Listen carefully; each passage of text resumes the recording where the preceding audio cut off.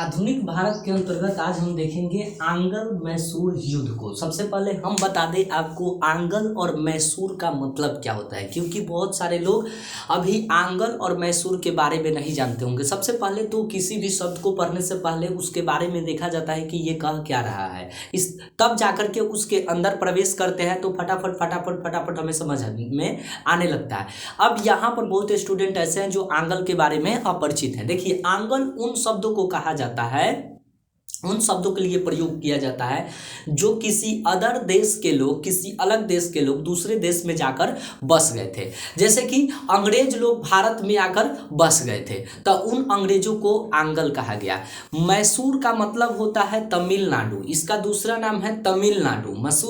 पहले मैसूर को तमिलनाडु को मैसूर कहा जाता था। तो ये मैसूर और आंगल के बीच जो है लड़ाई होती है। मतलब आंगल कौन? आंगल वैसे अंग्रेज जो भारत में आकर बस गए थे। मैसूर का मतलब तमिलनाडु। आई होप आप आंगल और मैसूर का अर्थ समझ गए।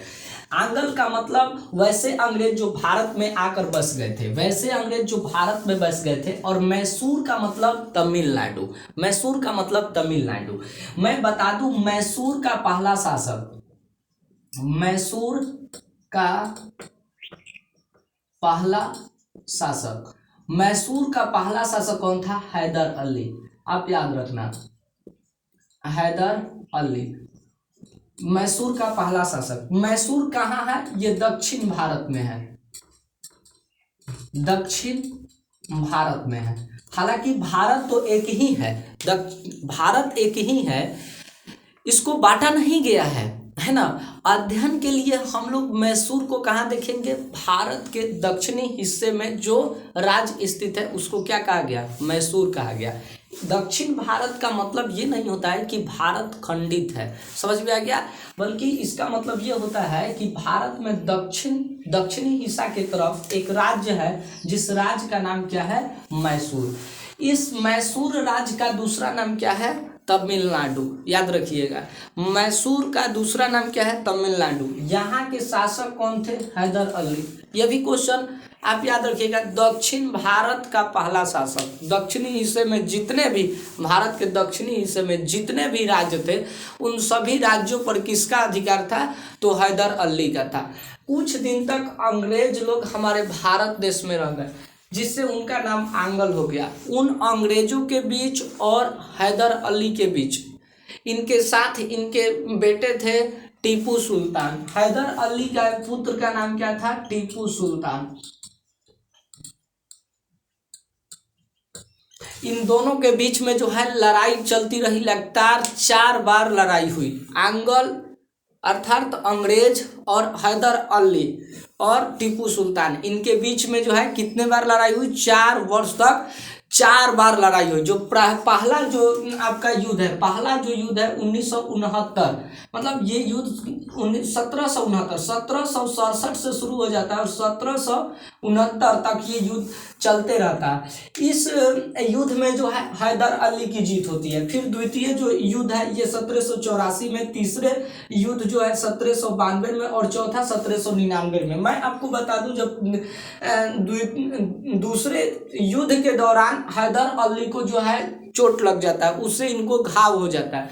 इस घाव के चलते तृतीय युद्ध में जो है इनकी मृत्यु हो जाती है। उसके बाद चतुर्थ युद्ध प्रारंभ होता है।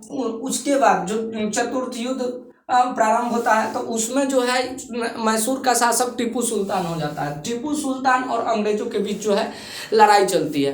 अंग्रेजों को हराने के बाद चौथे युद्ध में टीपू सुल्तान की मृत्यु हो जाती है ना। याद रखिएगा, इसी को कहा गया आंगल मैसूर युद्ध। ठीक है, युद्ध के दौरान ही ये मारे जाते हैं, है ना, अंग्रेजों को हराने के बाद। उसके बाद जो है मैसूर और आंगल में जो है काफ़ी संधि हो जाती है, समझौता हो जाता है। युद्ध कुछ पल के लिए रुक जाता है, फिर वहाँ पर धीरे धीरे आगे फिर युद्ध का विस्तार होता है। तो इस टॉपिक में हमने आंगल मैसूर युद्ध को समझ लिया कि आंगल क्या है। तो भारत में बसे अंग्रेजों को आंगल कहा जाता है, मैसूर तमिलनाडु को कहा जाता है।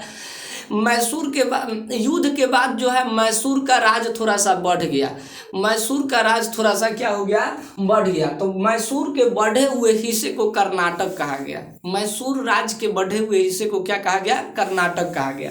आप ये बात हमेशा याद रखिएगा। तो आंग्ल मैसूर युद्ध आई होप आपको अच्छे से समझ में आ गया होगा। अगले वीडियो में जो है हम आधुनिक भारत से रिलेटेड अगले टॉपिक को लेकर आएंगे। इससे जितने भी रिलेटेड क्वेश्चन है उसके लिए जो है डिस्क्रिप्शन में लिंक दिया गया है, आप उसे ऑब्जेक्टिव क्वेश्चन को लेकर के प्रैक्टिस कर सकते हो। बहुत बहुत धन्यवाद।